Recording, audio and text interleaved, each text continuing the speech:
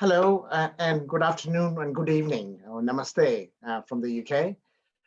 We have a webinar. This time is actually on culturally appropriate psychological help and support in India. And welcome you all to the webinar, for the MeHeLP webinar in June. And we have our guest for the session, Ms. Snigdha Mishra.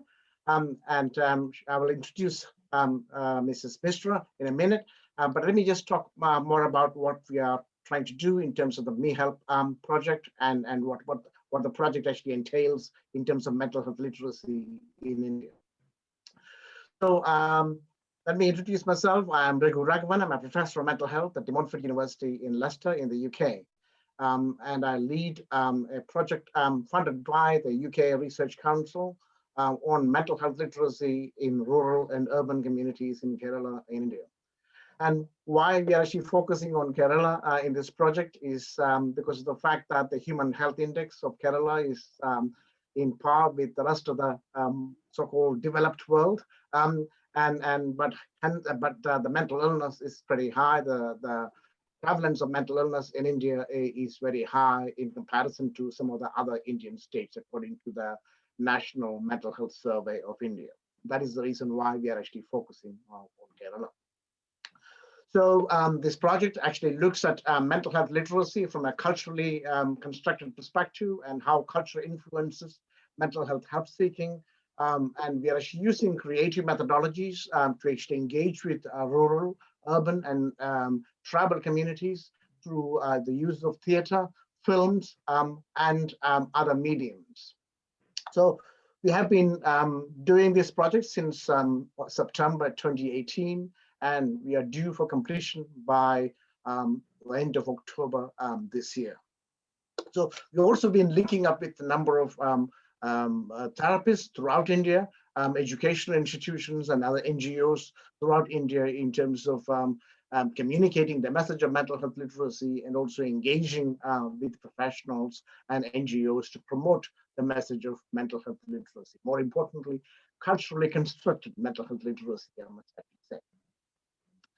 So the project has a number of partners from the UK. There are other partners from the same universities and also from Loughborough University. And also we have partners from University College London and also from Excavate Theatre Group in Nottingham, and also Middlesex University in London. In India, we have worked with the Tata Institute of Social Sciences and the National Institute of Mental Health and Neurosciences for this project. And we also work with two NGO organizations based in Kerala, the Mental Health Action Trust and the MeHeLP Foundation. And also work with Logadammi, the theatre group based in Cochin in Kerala. So that's in a nutshell in terms of our partners. We have been actively engaging with various communities and we are in the process of actually developing further theatre engagement through digitally or other ways, and also the films in terms of communicating the message of mental health literacy from our data sets. So why mental health literacy? Mental health literacy is not just mental health awareness. It is much more than that. So it's actually, and also culture plays a major role in terms of how we shape up mental health literacy and our help seeking. So mental health literacy has 6 arms. I think I must also add a 7th arm to it. The first one is actually our ability to recognize specific disorders or different types of psychological distress. And secondly, it's about knowledge about risk factors and causes. And thirdly, it's about knowledge about self-help interventions. And fourthly, it's about knowledge about professional help and available. And attitudes which facilitate and promote the help of recognition of distress and illness, which involves stigma and other aspects. And sixthly, about knowledge about how to seek mental health information in the right source, because there are a lot of misinformation about mental health and mental illness, and what is the right kind of information, and how does one actually go about doing that. And we would also add a 7th element to this, to the Western notion of what we call mental health literacy, is actually how does people culturally construct mental health literacy in the context, in this particular context, in the Indian setting, really. Because low mental health literacy is always associated with more stigmatizing attitudes, and hence people don't actually seek help. And that's the reason why mental health literacy is more important. It is not just awareness, it's a full spectrum of help and support that is actually available to all communities. So it is actually in this context that we are planning to organize this webinar. And we are very grateful to Snigdha Mishra to be our chief guest in this webinar to discuss culturally appropriate psychological help and support in India. So welcome to the program, Snigdha, and we normally have a conversation for about an hour or so with interactive sessions. We also take audience questions and try and answer them spontaneously as well. So let's see how things go around. All right, but thank you so much for having me here. And, yeah, let me just introduce you. Let me just introduce you first. Okay. Snigdha Mishra is a psychotherapist and a mental health educator. She is the founder of Lifesurface, and the founder member of the Bharatiya Counseling Psychology Association and Let's Talk, which is the COVID mental health crisis support helpline. So through Lifesurface, she is actively engaged in a passion project of trained mental health peer support. That's the peer mental health first aid in college campuses and workplaces across India.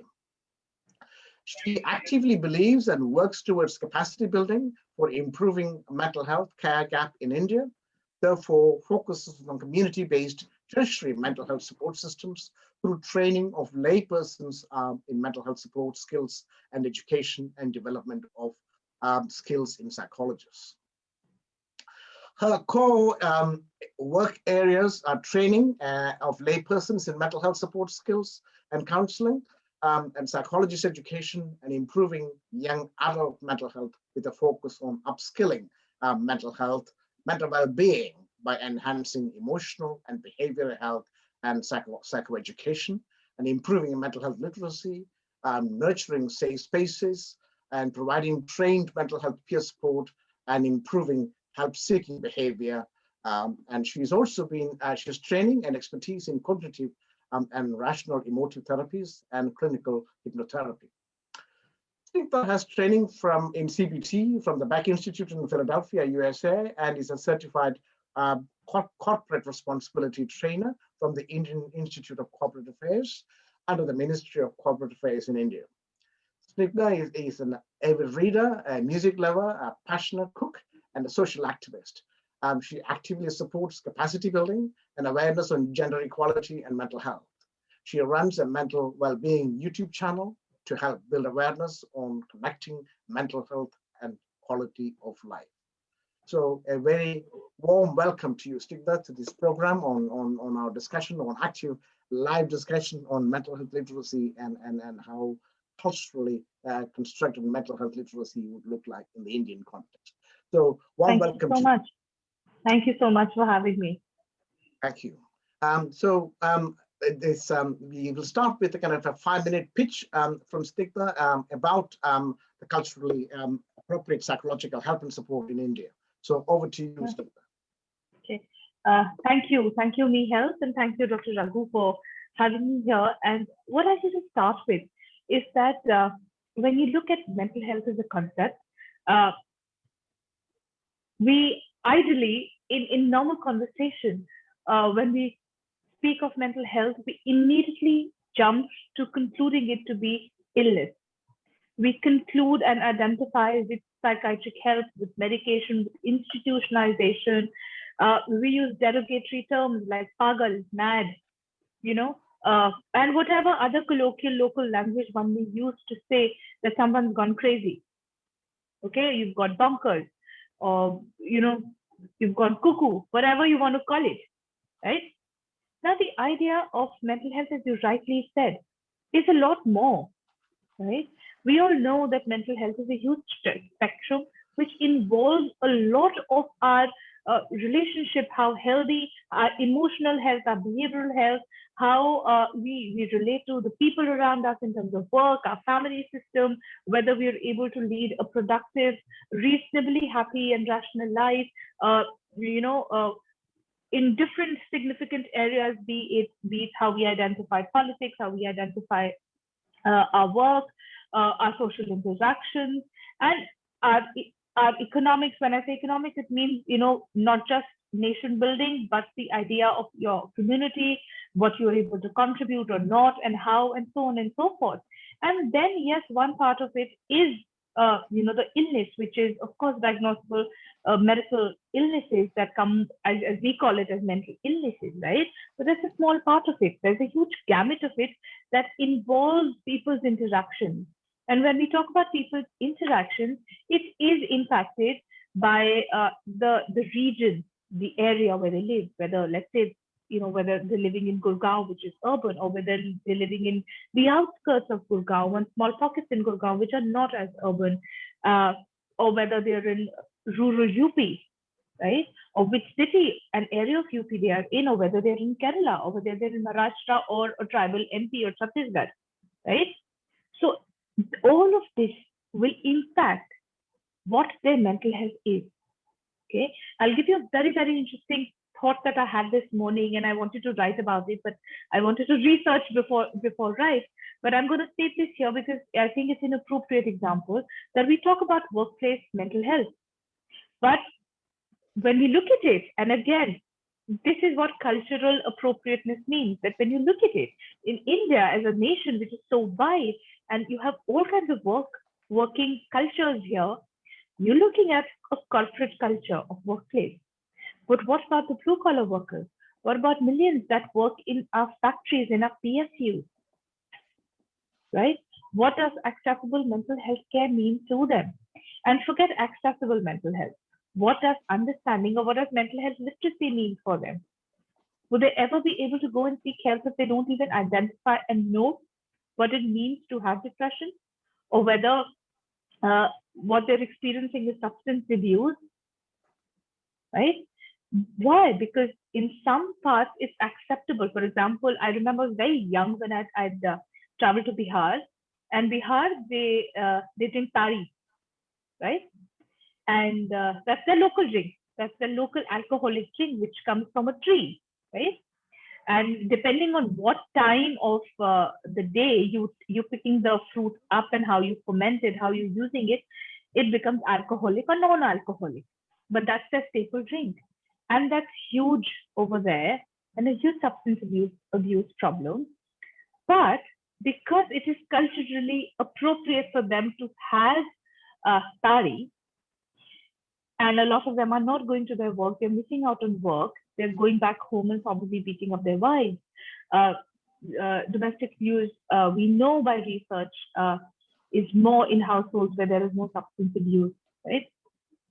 How do you make them understand that this is a mental health problem? Okay, and no matter, even if it is culturally acceptable to drink, the difference between social drinking and abusive drinking, and how that is impacting not just your livelihood, but your own life and that of the community itself. And that is what cultural appropriateness means in the context of mental health. For example, if I'm a therapist, yes, I reside in an urban area, but when I'm doing trainings with, let's say, community health workers of Jharkhand, Bihar, and Uttar Pradesh, and training them for certain crisis intervention skill sets for mental health, I need to understand that, yes, they're community health workers, and what is okay to experience or not okay to experience within their area of residence.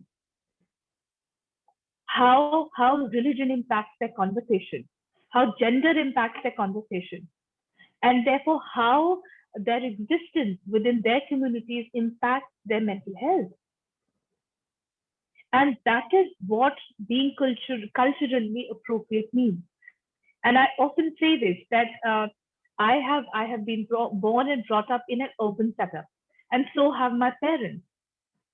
So the idea of what semi-urban and rural India goes through the awareness of it, the understanding of it, that how deep-rooted concepts of religion, caste, politics, governance, all of this are within the rural setup, came to me very late, even though politics and history were a huge part of discussion in my family while I was growing up. But so I was sensitive to it, but I never understood it before, maybe 3 or 4 years now, So that's the idea. That's why the narrative needs to shift. And let's say I am trained in CBT. Okay, let's say I am a rationalist. And how do I help someone who feels absolutely hopeless and therefore finds no meaning and purpose in life, and therefore has suicidal ideation and wants to die? But that person is very religious. And let's say, for example, as a therapist, I am not religious. I don't believe in the concept of God. How do I use that person's idea of God and belief in God to help them while being in my CBT psychotherapeutic framework, using all the logic and rationale and psychotherapy with him, but helping him move out from the zone that he is in to a more healthy understanding of life and finding purpose somewhere else, using probably his idea of God, even though I don't believe in it, right? Understanding what his cultural background is, what his religious background is, what his gender struggles have been. And when I say gender, I mean across the binary and not just male or female. And that is for me the idea of cultural appropriateness, that we have to shift. We have to understand that mental health is not an urban need, it's a human need. So wherever there are human beings, they will have impact on their mental health depending upon on their community, on their life experiences. And let's say if I talk about myself, I as a therapist need to be sensitive to them, right? So if I'm speaking to somebody from, let's say, a town like, let's say, Basti, which is in UP, it's a small town ahead of Ayodhya. How do I speak with that person? What language do I speak in? And when I say language, it's not Hindi or English. It's the human language, the emotional expression, the intellectual expression, the social expression. How do I use that? Yeah. So I don't know if I've taken more than 5 minutes to explain myself, but that's the idea. And with my organization, that's what I've been trying to do. I've always been a clinician, but it's only lately that I've started now actively working around areas of building community mental health systems. And therefore, we worked hard on developing the peer mental health first aid concept, which is different from the regular mental health first aid. Because I realized that in a country like India, you cannot just limit help to identifying mental health issues, which the typical mental health first aid model does. No, we are so inbuilt within our social structures for support that we need to find that support from within our community. So the peer mental health first aid does exactly that it gives that initial support for a couple of meetings where the person is trained enough to at least not give counseling, not be a therapist, not be a doctor, not make a diagnosis, but be able to just help the person understand that, okay, this is what you're experiencing. Therefore, this might be a little bit dysfunctional. And of course, dysfunctional is a therapeutic term. You don't use that in common, normal language. But because you have had these problems, maybe this is the time for you to seek professional help, and that what is going to be, the most appropriate professional help, like the 5-6 pillars of mental health literacy that you give. I'm so happy that the peer mental health first aid training has all of them. And yeah. And the idea is also to foster and create those safe spaces within these smaller communities, like workplaces, like colleges, like peer support groups, where that people can be trained to offer this support, where you're clear that they're not giving psychotherapeutic support. They're not these listening circles and stuff like that. They've been trained to offer that initial support for someone who's either experiencing a mental health problem, including an illness, how to identify what the problem is, and then mitigate initially, and then help them. go to the right, either the therapist or psychiatrist or the institution, wherever, right? So it becomes like this sustainable system within itself. We can't wait for India to have enough psychiatrists or enough psychologists or enough, psychiatric social workers. And also we have the, the medical care model of the mental health. We don't have the mental health care model. We even though it is called the Mental Health Care Act, it is a Mental Illness Care Act, right? Yes. So you have to Yeah. shift that narrative. So we have to create programs where the community is involved in taking care of each other, because we are that culture. We are those people that seek support from our people. And then what better to train our people to give help? Yeah. Yes. Yes. Yeah. I think, yeah, that is beautifully put. Very up to the point, spot on, Snigdha, in terms of why we are focusing too much on the illness model and not on the health model of mental health and well-being, really. And I think, as you rightly said, we have, in some way, we have forgotten the cultural perspectives of how to engage with people who might require some help and support. Some require some intense therapy, etc., but some may not require some minor, as you say, safe spaces for people to communicate their distress in many ways. But I think somehow it seems to be more medicalized these days. Everything is actually very medicalized. So how do we kind of work within the system in relation to trying to provide a more humanistic, more user-friendly kind of therapeutic mode? Okay. So in order to provide a more user-friendly therapy mode, first we need to work around a narrative. What is the narrative that we are building? For example, now, and rightfully so, it was high time that in India, the conversations around mental health have increased manifold, right? So who are these people who are making the conversations first? That's very important. People have a problem that psychologists, psychiatrists, or mental health professionals, or people with lived experience are the only ones who should talk about it. And I say no. I personally have a problem when influencers and coaches talk about mental health, but they give inaccurate information. And they offer help, which they should not. But mental health is a conversation, for common dining table conversations between people of all kinds. The narrative should not be held only by immediate service takers, which is people who are going through the problem, or the caregivers, which includes the family, or the service providers, which are the mental health professionals. So the narrative has to move from all of these to general public. It has to be part of public discourse. When you make it a part of public discourse, your interpretation of therapy changes.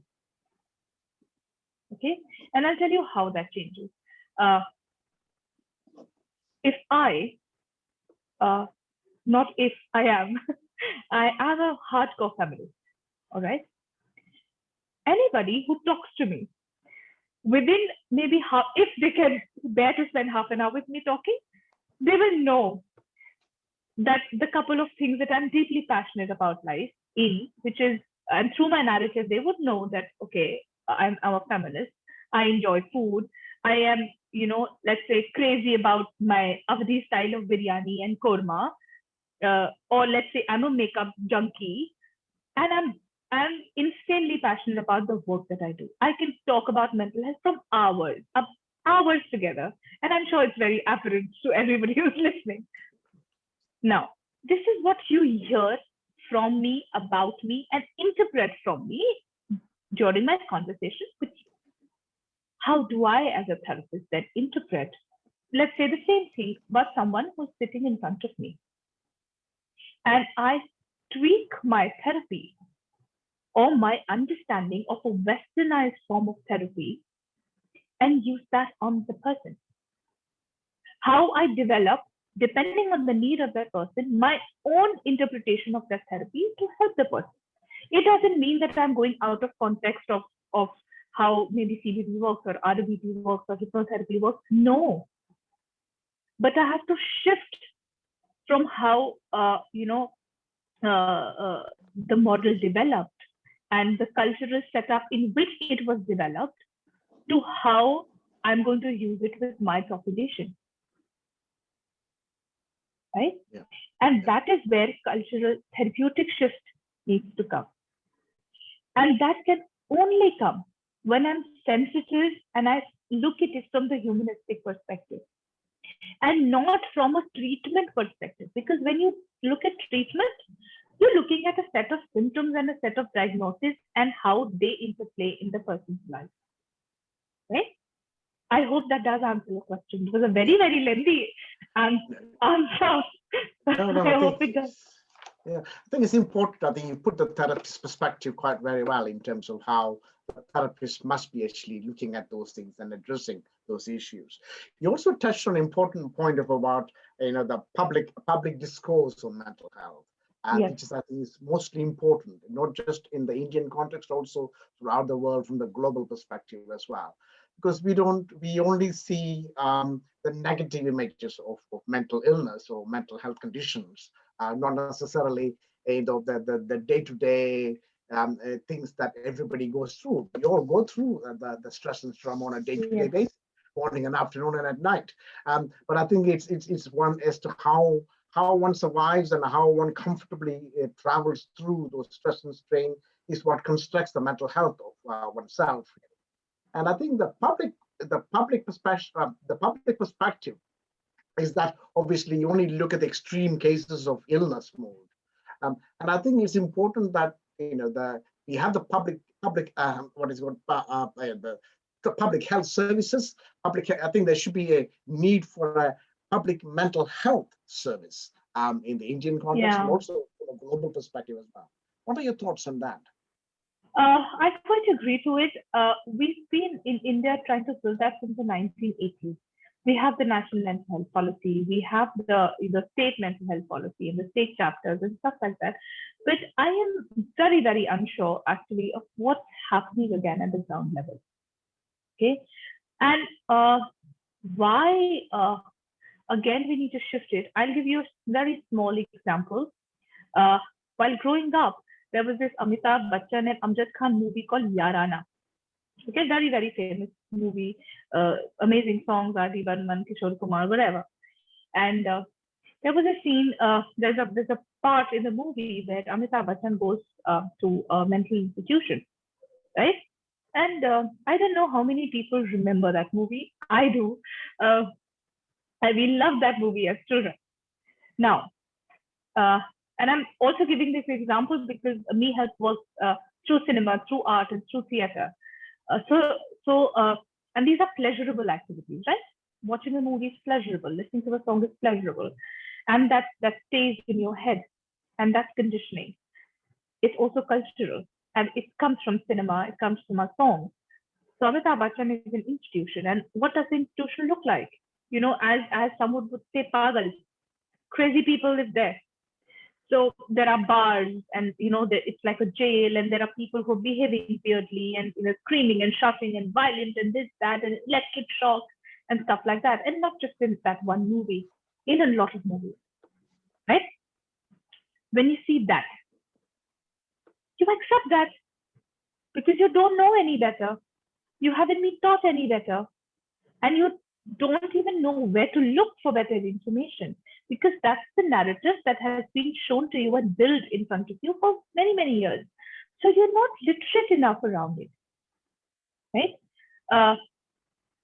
And that's the answer. You're not literate enough around it.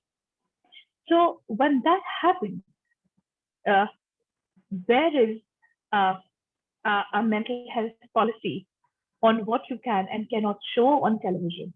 I was seeing a Mexican drama and similar stuff. The drama was amazing, but I kind of lost interest in the second season because they show one of the protagonists as having some form of schizophrenia. There was no diagnosis, and she was constantly being labeled as being dangerous for people. She's going to kill people, and she's crazy. And they're telling the other people that, okay, you didn't know what your sister was, and she was this crazy person who could do anything to harm the other person. She was conniving. She was this. And in my head, I'm thinking, the dude, if you're shown a diagnosis, she's ill. You don't go around labeling someone who has diabetes. You don't go around labeling someone who has cancer or a heart ailment. They have the medication for years together. They've been asked to do lifestyle modifications for years together. You don't do that, but you label someone who has a mental illness, right? Also, because you don't see it as the concept of health. You see it as a concept of somebody going cuckoo in the head and bonkers, right? So when somebody goes bonkers, what does it mean? It means that it's out of the norm.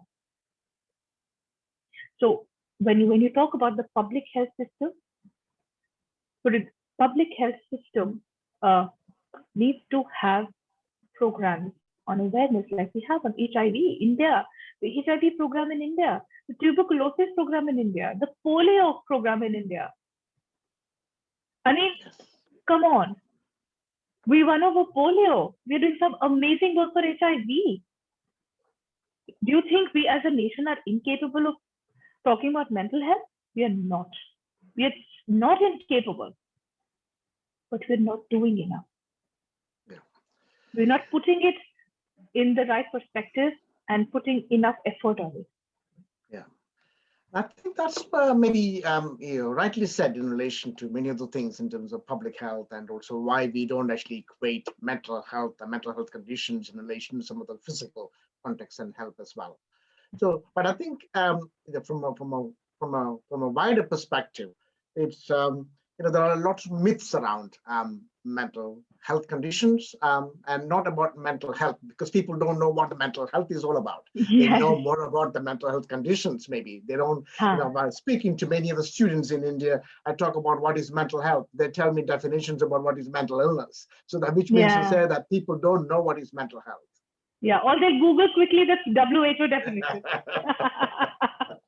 No, I think it's more about, because the other day somebody actually asked me, sent me a WhatsApp text, I think, and asking, how do I construct mental health? And I have actually provided a very detailed way of actually, all the life cycle and then diet and everything else, your mindset and everything else is included in that kind of context. So I think people are not aware of it, or they take it for granted, or they are not actually reflecting on some of the how they actually construct some of those things. Because we have spoken to it in some of other projects that we have actually done with some of the marginalized communities in India. We've done some projects with slum dwelling community in Pune. We didn't talk to them about mental illness. We talked to them about resilience. How is it that they construct resilience in the midst of adversity? And beautiful narratives, layers of narratives of how they've actually are fighting their life in one piece. And they haven't had any psychological help, no psychiatry help, but they're able to construct their resilience. So they're able to understand that inner happiness and inner health and inner meaning of how one goes through. I'm not actually generalizing it, but the stories that we have from those individuals. But as I think sometimes we are externalizing some of those things and not looking at it from the wider cultural perspective. So obviously that could be an issue. That's where I think you mentioned about the kind of safe spaces where we actually provide more information to people, especially young people, schools, and employers and employer contexts, etc., whereby there is an opportunity to understand more about the well-being concept. That brings us to investment and money. Investment in mental health. Yes, right? Yes, that's true. Because the outcome is very difficult to measure. Although I don't agree to it, I really don't agree to it. The outcome is technically, or it's not ideal, outcome calculation, like 2 + 2 is equal to 4. If you're investing 5 rupees, are you getting like 5 rupees worth or 10 rupees worth? That's not there. It's quality. It's a lot of it has to do with qualitative understanding. businesses don't invest in mental health. And when I say businesses don't invest in mental health, I'm not talking about these hundreds of portals that have suddenly come up. No, that's another thing. That's another story of another time. The idea that as an organization, and here I am talking all kinds of organizations. Okay, what are you really mentally healthy? Okay, organizations that employ psychologists themselves have toxic work environment. That's the latest complaint that we've had, and since the past 6 months, we've been talking to a lot of therapists, and in fact, now through Life Surfers, we started a safe space conversation for therapists in COVID times. We've started Therapist Collective, which is a fortnightly forum where therapists come and talk. So the idea is, why are people not investing in mental health? Where you read a report by United for Mental Health, it's a London-based NGO. I'm forgetting their full name. I think it's Global United for Mental Health, or I think United for Global Mental Health. United for Global Mental Health. It's a London-based organization, and they have this amazing criteria of calculating investment in mental health per person per capita, depending on the revenue that your company makes, what that person does, and what their role within the organization is, what their CTC is, and sick days and mental health days and stuff like that, and how your investment in that person can actually increase if you're putting a certain amount of money in making sure that your work environment is healthy. And when you talk about work environment, it is about the policies of leave, policies around the number of work, the number of hours of work, whether you have flexi work or whether you have flexi commutation. And when I say flexi commutation, the idea which is working now, which is amazing, is that you want to work from home or you want to work from an office space. Where do you want to work? Do you have to come to office every day? Do you have to move out of the comfort of your family home to a city like Gurgaon or Bombay and struggle? Or you can easily be in Kerala in your home with your parents and work from there. Yes, maybe your dearness allowance might be maybe 10% lower because you're not living in a city like Bombay, but maybe some other, a smaller city. But are you okay paying that price of a 10% lesser dearness allowance? Maybe. Right? Yeah. So small changes in these kind of policies, and that makes for investment. Investment is not just about putting a certain amount of money. It's also about the culture that you're creating, the perspective that you're creating. If you have a bandwidth of 5,000 employees and you have an EAP system which is not working because people are not going to therapists through the EAP, what do? Can you not do like a training like a PMFHA in your I'm not pitching PMFHA, but I'm just saying that can you not do like a regular mental health literacy program where you, for everybody, if you have 5,000 people divided, all 5,000 people should be mentally should have gone through that mental health literacy program to understand what they're going through and what their immediate peer at the workplace might be going through. Why not? It doesn't take much. Sure. Yeah, I think that's very true. I think in terms of the investment, resource investment, and not in terms of just the money, and also in terms of training, in terms of understanding, in terms of the safe spaces, in terms of support models. I think some of it doesn't actually cost money. Some of it actually requires a lateral thinking, the way we organize things, really. Yeah. So I think, the resource, I think the investment of resources in mental health and well-being, and also especially in the employment context, and also the public health services, is actually not up to the mark at the moment. They're not up to the mark. No. So can I now shift to another mode of discussion in terms of belief systems, because belief systems actually religious beliefs and other belief systems influence the way we look at mental illness, and so it's also mental health. There are positive effects, there are maybe some negative effects as well. So can we shift our conversation to that, as to how belief systems might be as a helpful factor, because we kind of believe in multiple mental health literacies, because obviously mental health, other things such as the belief systems can be helpful in many contexts, because it actually provides more meaning and a purpose in life, along with the help and support from psychiatrists and the psychologists and other people as well. So I think it's how people can construct all these things together? How do they see it all in the holistic kind of context? So what's your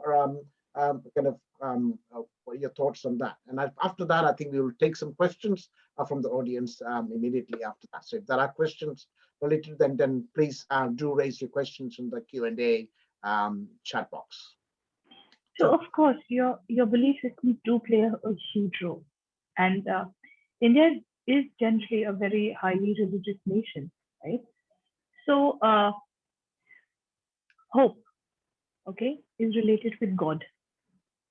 When you become hopeless, when you become helpless, in a good way, it helps you sustain. It helps you build that coping, build that resilience. कि भगवान की इच्छा है, भगवान ने ऐसा किया. And if you're someone who's very, very religious, then you would let God take his course. And that's how you generate hope. So in that context, religion can be extremely good, right? But on the hindsight, the same belief can stop you from taking appropriate medical care, because you don't see that as a mental care need or medical care need. You see that as Bhagwan ka kiya. Pichle janam ka paap. Sorry, I'm going into Hindi, into some karma or some past life, something, some sin that has come, and therefore this person has developed into this maniacal, mad, pagal person or whatever, not realizing that that's not it. They've developed a mental illness probably, right? So there's a good and a bad to everything. There's a pro and con here. You look at belief systems around gender, okay?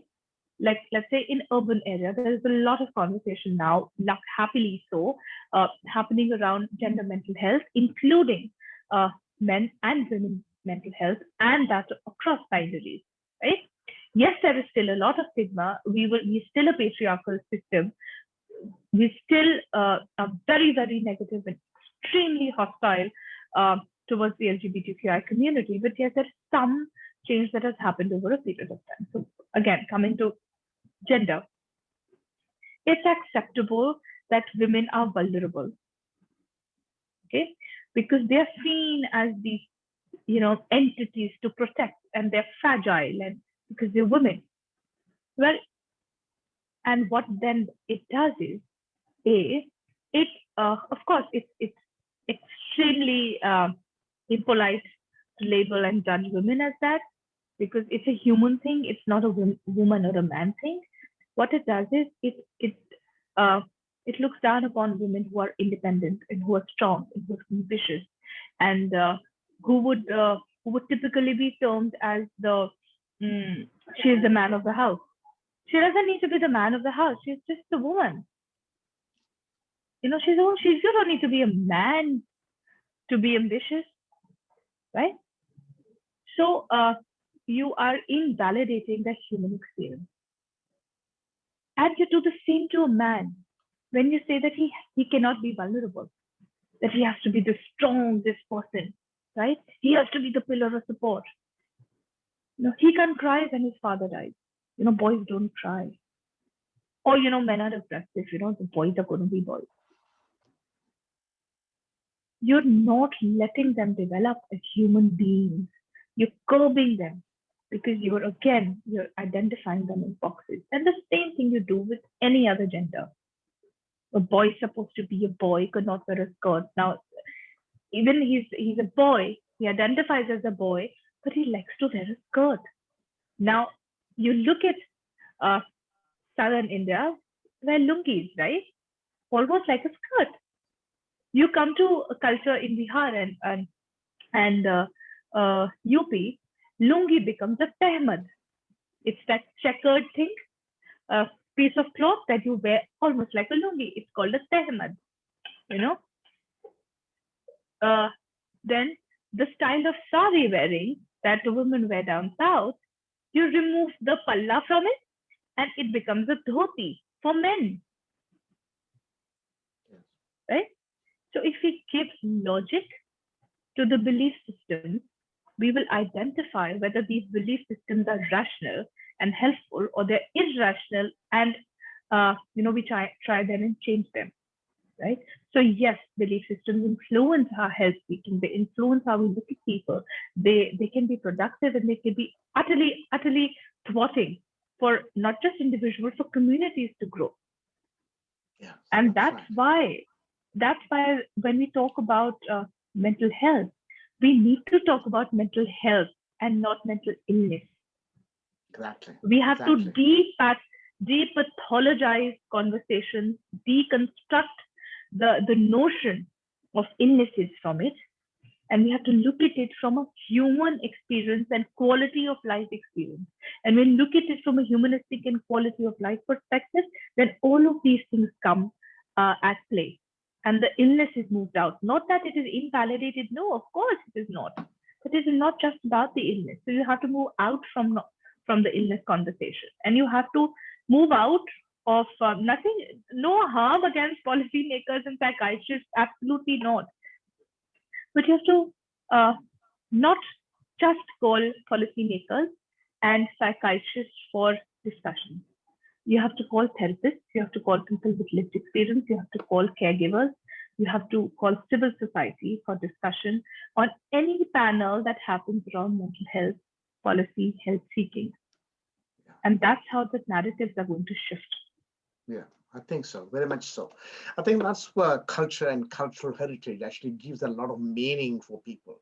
It gives for people, there is something to hang on, even when they're actually consulting therapists and medical practitioners. Yes. There is something for people to hang on to, in the Yes. sense that it gives them a clear purpose. It gives them comfort. It gives them a Yes. space. So a lot of advantages to it, rather than actually poo-pooing all those things. That is important that we look at it more, more part of the treatment approach itself, part of the intervention approach itself. You have to use it as part of the treatment, as you said. Use this as part of therapy, as part of the caregiving model, rather than looking at it. And that's why educating oneself about it is important. If I'm not educated as a therapist, and I'm 100% sure that there are so many concepts that I don't know and that I need to learn, and that I probably am not even cognizant about, forget knowledge, right? I'm not even aware.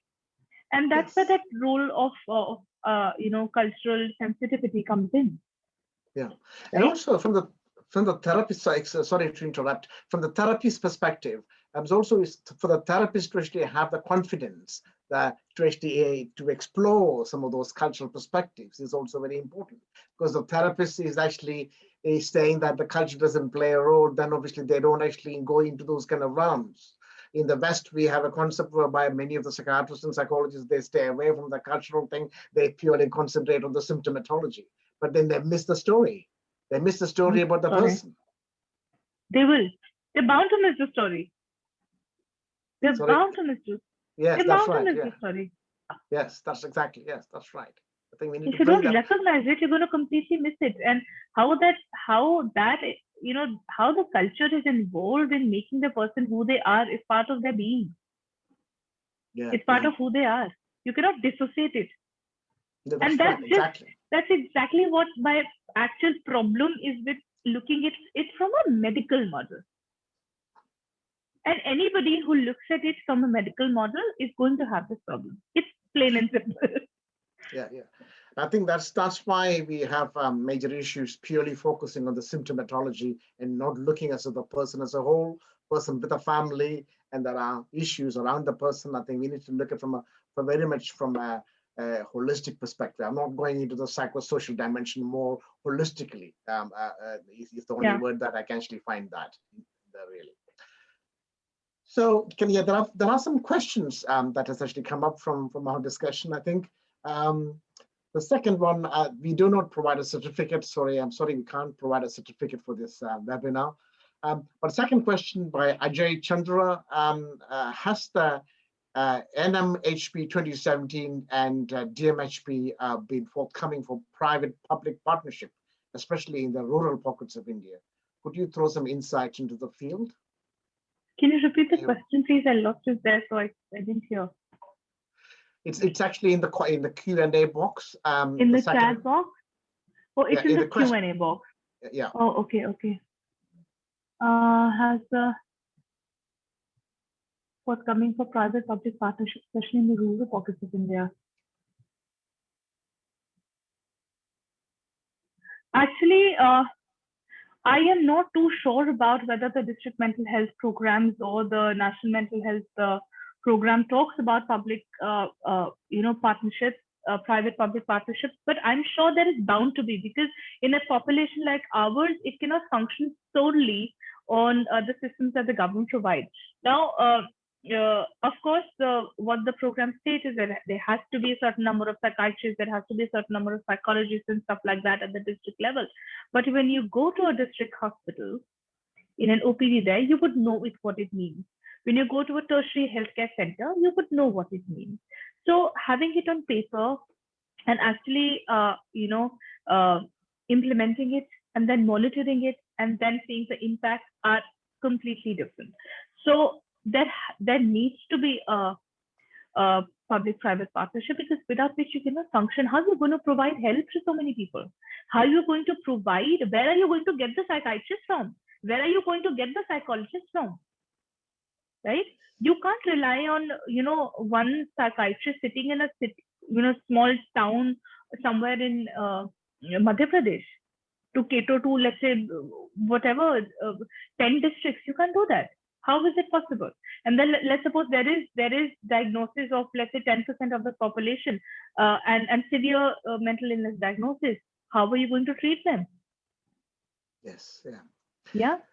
Yeah. I think that's for the NGOs also comes in, because there is the NGO partnerships. There is a lot of NGOs actually work in the field of mental health, and I think much more than the private sector. Yes. And a lot of them currently are struggling with funding and finances. So yes, there are good programs running actually through NGO partnerships, and there has to be. I personally do know a couple of programs that are running at the district level, but the outreach is very less. I'm sure most government programs include private sector partnerships and of course NGO and social sector partnerships, because they cannot function without it. They can't reach, the outreach has to be there, right? So there's a lot happening in trainings of community mental health workers, ward workers or Anganwadis and all in terms of mental health. But the impact have been seen in very, very small pockets. It's not being implemented at the national mental health level or at the state mental health level. They are doing it with one state is doing a pilot with one organization. It's happening like that. So are you going to make this part of your system and run it as part of the system? That's the challenge. Yeah. And also there isn't much proper evaluation as to how it actually works in terms of how the operationalization of it and how effective it is, and what kind of help, qualitative or other stuff, in terms of how people have actually have bettered from that, and the kind of support mechanisms of inexperienced so there are very few supports as well. Yes. There are very few where the impact has been studied over a long time. Also because where is the money in mental health research in India? Who is doing the research? So who are doing this project? Very few people. Very few. Right? Okay. Yeah. And there are a couple of them only who are doing these pilot projects, but they're doing it, as I said, as part of the state of partnership with state authorities. But those projects have been tested. They have been implemented. They are going on, but very few are going on, right? And unless you make it part of your system, unless you make it part of your policy, and when I say part of your policy, not on paper, actual implementation and then monitoring and then evaluation and impact, right? Yeah. So on paper, everything looks nice. Okay. Thank you. We have another question from Sanjeevani Goswami. Nowadays, there's a therapy called past life regression, which is used on trauma, addiction, and other issues. Do you think it's based on the belief and not scientific enough? I do. It is based on the belief and not scientific enough. And I can say that because I'm trained in that and I did practice that, and I left it because I realized that it's not working. There is no scientific evidence to it. And it is really on belief because there is no typical methodology to assess the evidence and the efficacy of the therapy. There is no model to do that, right?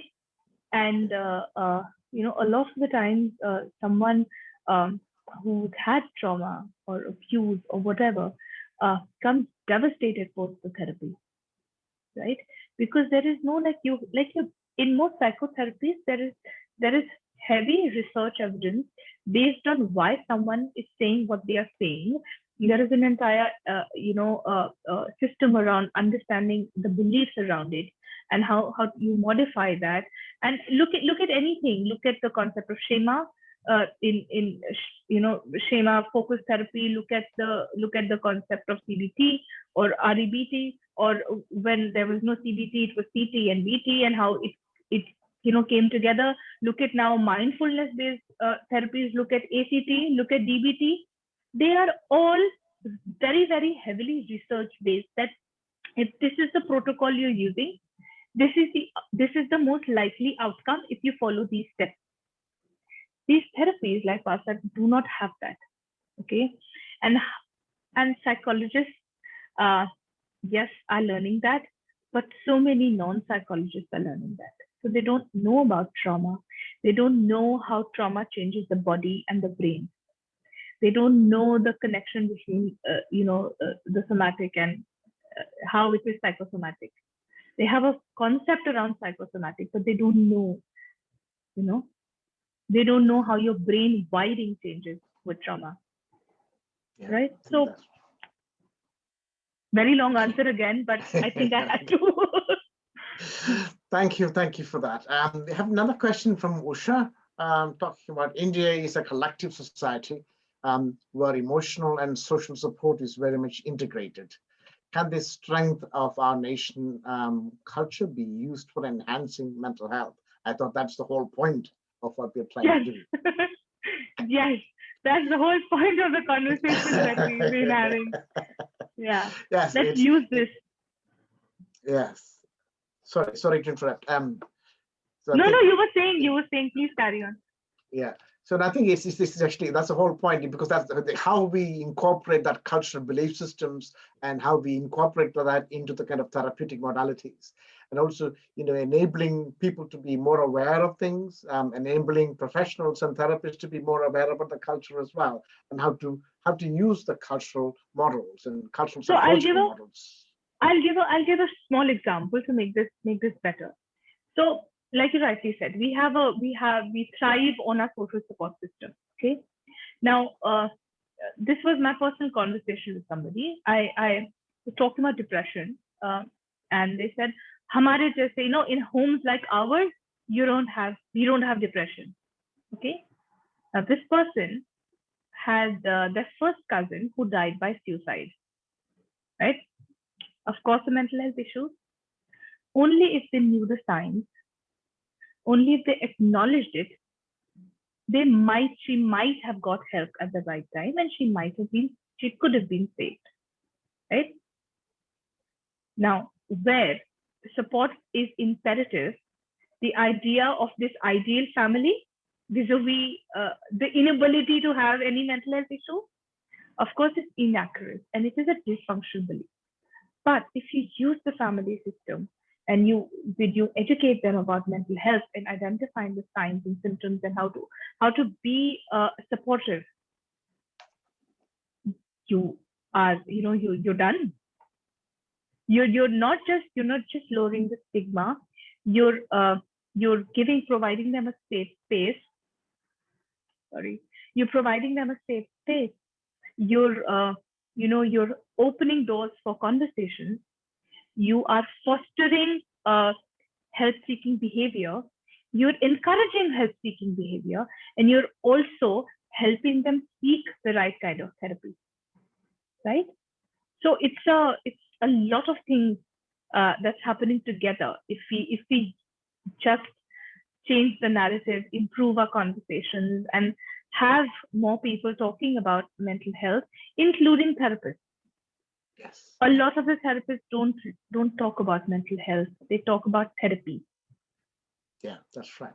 And I think that's where there is a context as well in terms of how an Indian systems of therapy might also be very important, because I think everybody follows the Western models. And I think there is a lot of a lot of substance and a lot of strength in the Indian systems, and how we try and bring that together, how we blend it together is an important concept here. True, absolutely true. Okay. So another point that was actually in terms of from Preeti Kapoor, talking about, from what I know of, there's a gap between the policy and the field, and I think the CSR funding has dried up. Anyway, so that's the kind of key points that people are actually talking about. So if there are any more questions, please do raise the questions in the Q&A chat box, please. But I think, taking the point further in terms of the bringing the strength of India into the therapeutic models, can we spend a bit of time on that as to how the Indian systems might actually work, how we can incorporate them together? Because they requires, like CBT requires a kind of cultural adaptation in relation to the individual, the community that we actually work with, etc. So how can kind of an Indian system, how can there be an Indian way of actually looking at some of those therapeutic modalities? Are there any thoughts on that? Yes, I think a great Indian way of looking at it is to look at the family system where the person is coming from. Right? I always go back to the family, the structure of the family. Okay, which religion are they from? It doesn't directly influence it, but it might influence the practices at home, the gender role at home, and therefore the mental health conditions at home, and therefore the and this I'm saying not out of any bias or anything, but because it's all part of the human experience, right? So you cannot take it out of context. Okay. And then when you're using therapy, sometimes include family in it too, because family is a part of their progress. They're part of the trigger system. They're part also of their, whether you call it treatment, whether you call it prognosis, whether you call it diagnosis, or whether you call it recovery, whatever you call it. It's part of the human experience. So you cannot dissociate with them, because understand that mental health problems or going through mental health issues can be very isolating. Because there is such huge stigma, often enough, family doesn't know that they're seeking therapy. So you have to keep that in mind, right? And when you look at Indian system, what is Indian system? It's not just one thing. I cannot say that, okay, this is Indian system. No. So there are systems. There is a system of religion. There is the system of caste. There is a system of ethnicity. There is a system, whether you're urban, rural, whether within the urban, are you in a semi-urban rural setting, right? Which region of India do you belong to? Because your geography plays a huge role in how your livelihood is, and how your family system is. What kind of work do you do, right? And what kind of a community setting do you have? And again, what kind of politics are you part of? And I always bring politics, because politics and governance make policy, right? Again, one of my goals is actually to take PMFHA to the panchayat. You take this to panchayat, and at least the gaons are taken care of. You make the heads of the panchayat literate around this, and actually literate, not just okay, training karadi, right? That okay, some part of the village is taken care of, right? So all of this is the Indian system, right? So you have to look at it from that perspective. And I can bring that we have this huge shortcoming, not just in terms of the number of therapists that we have, but we are studying the Western philosophies and everything, but we're not being taught how to incorporate that, to look at it from this model, to have that sensitivity. That sensitivity, I think, and this I can say from my own experience, and from everybody that I talk to, comes from a therapist's growth as a human being, and whether they have taken therapy or not, what kind of a family system they come from, how gender sensitive are they, how politically sensitive, how economically sensitive are they, right? And maybe the young ones today are more part of the mental health narrative. When I was in training, when I was growing up, I wasn't. And that's sad.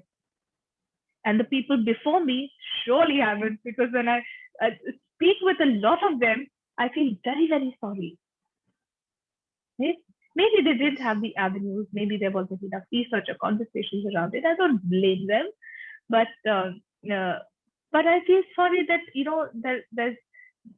we have done enough within the mental health service sector in India. Okay. It's booming. It's booming right now. People are getting on the bandwagon to make a lot of money out of it, but there's a lot that needs to be done in terms of just education and improving the help seeking. Yes. Right. Yes. I think that is very important. I think in terms of especially the young people, in terms of the younger generation, growing more with mental health literacy awareness. Yes. And also, and then it's actually equipping them to with the resources that require for them Yes. to actually access help and support, because there is no standardized model here. We can only provide, we can only signpost different pathways here. And it is up to the individual to actually access those things. It is not like the other kind of, take this tablet, it will go away. It's not as simple as that. Yes, and also over a couple of years, I've become a huge supporter of community-based training models. That there are multiple kind of community-based mental health models. There is the literacy bit where you are just disseminating information. Then there is the help model that once you provide the mental health literacy, you're also equipping them to provide help. And there are multiple ways in which people have developed this model. There's Asmita model. There is Sangat has 3-4 studies in different settings. In the maternal mental health care, they've done with community health workers within the healthcare system, right? They tested it in Goa. They're doing it in Madhya Pradesh with, I think, either Anganwadi workers or community health workers. They're working on substance abuse and depression, right? So they're focused on depression and substance abuse. But that's what I'm saying, that they can be part of the mental health treatment model within the Indian policy and how they're disseminating it. We have such amazing network of community health workers and Anganwadis and the ward workers and the panchayat. It is amazing. We can do wonders, right? Yes. We can do wonders, and we are equipped. We can do it. There is a whole lot of planning. There's going to be a whole lot of monitoring. There's a whole lot of systems to be put together to be able to make this into a robust infrastructure to say that no, now our national mental health policy and our state mental health policies are going to have this as part of the program, apart from what we've been doing to cater to them. And you can do it. Yes, I think it's actually understanding the diversity in the particular models, because there is no one model that fits all. Because I think the issue is we look at one model that fits all, because there isn't anything like that. There isn't anything like that. So if you have, let's say, a project has been developed, let's say by Sangat for maternal mental health, it's a peer support help model that they have created, the training they've created, the research, there is enough efficacy. I am not sure if it has, the impact study has been completed or not, but it was done in Nepal and I think parts of Bihar, if I'm not mistaken. Nepal, I'm sure. Bihar, I'm not unsure. Now, why can we not use that for tribals in Jharkhand and Chhattisgarh or parts of Odisha? Or I'm just giving random geography, but I'm just saying the idea of using it. Yes. So, okay, now if I'm a training person, right? If you are a training person, you can be on board this project. Sangat is a research organization. They do research. They make the model. They make it applicable. They study if it is applicable or not, That's their job done, right? You have the evidence. Do it. Yes. Yeah, I think it is. I think it's how people getting the policymakers and the communities together and trying to understand that thing really in terms of how I like how we are building on hope. And Yeah, we are probably ending the session on hope. yeah, I think hope is everything. I think without hope there is nothing. So I think it's how that would actually happen one day. I think even in pockets of it. And I think one of the things that I do actually find within the Indian context is, there are a lot of organizations. There are a lot of organizations like Sangat and many other organizations working within the field of mental health. But I think you're just getting the kind of what works, what works best, What work? and Yeah, what works best in what community. And I think he's getting yeah, that information to the wider masses in terms of policy making, in terms of how it could be tweaked in different states, different communities, etc. And I think that need to be happening. yeah. Also, I think I always follow this. Something is better than nothing. Okay, you follow one model to say that okay, something is workable, something you're doing. You build from that rather than you try to build something new for everybody. That will take years. That will take a lot of funding. That will take a lot of effort. That will take a lot of research. You can build from there. You can make changes from there, right? But you can replicate what's already happening and then see what the efficacy is and tweak it as per the language, as per the geography, as per the need. It's just you know, just having Yes. something is better than having nothing. Yes, exactly. And I think so. I think it's trying to look at the diversity of approaches and look at the merits and strengths of those approaches rather than criticizing each other. Each approach has got a strength, and they might actually have some weaknesses as well. But look at the strengths, and I think it Yeah. is time. It is time that the mental health services moved away from the deficit-based model of services and more into the kind of strength-based model Yeah. of services. Yes, I like that you said from deficit we need to move to strength because deficits are always going to be there. You'll always find something or the other not working, but there's something which is working, right? Yes. Yeah. And also people's strength as well, bringing the community together, bringing the people together, their cultural beliefs and everything else together into the kind of mode. It actually enables a person to grow stronger rather than take it away, take it all apart, and only just see a symptom. And I think that doesn't hold very well It in doesn't. terms of the It context. it doesn't because then for you as a psychologist, as a clinical psychologist, then no, I'm a counseling psychologist, so I wouldn't look at symptoms, but I will look at it, but I will not just look at symptoms, right? Uh, so so as a clinical psychologist or as a psychiatrist, who would come to you if you do not look at culture, if you do not look at their background, if you do not look at their belief system? They will not come to you, right? Yes. Yeah. Yeah. They come to you when they think that there is no hope, that they cannot handle a person, that there is something so wrong, or where they have been misdiagnosed for years together, where they have. So I have no problem when one looks at symptoms because obviously that's part of the treatment. You have to.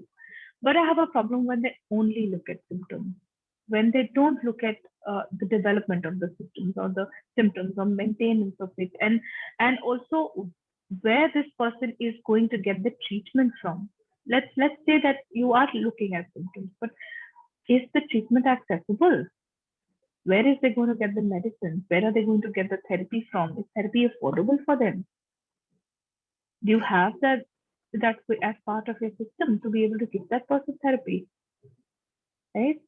So, yes, but you cannot negate mental illness as part of the mental health aspect, but that's not the only aspect, and that's important to understand, right? Yeah. Yeah. The Yeah. idea that yes, a full-blown depression uh, can be prevented, or suicide can sometimes be prevented, Yeah.